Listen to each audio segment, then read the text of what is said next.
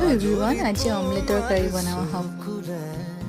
চাওনা চাওকৈ নাচাবা মনক বুজাই কিদৰে থওঁ তুমিনো বুজিবা মনক বুজাই কিদৰে থওঁ তুমিনো বুজিবা কাজলি তোমাৰ চকুৰে চাওনা চাওকৈ নাচাবা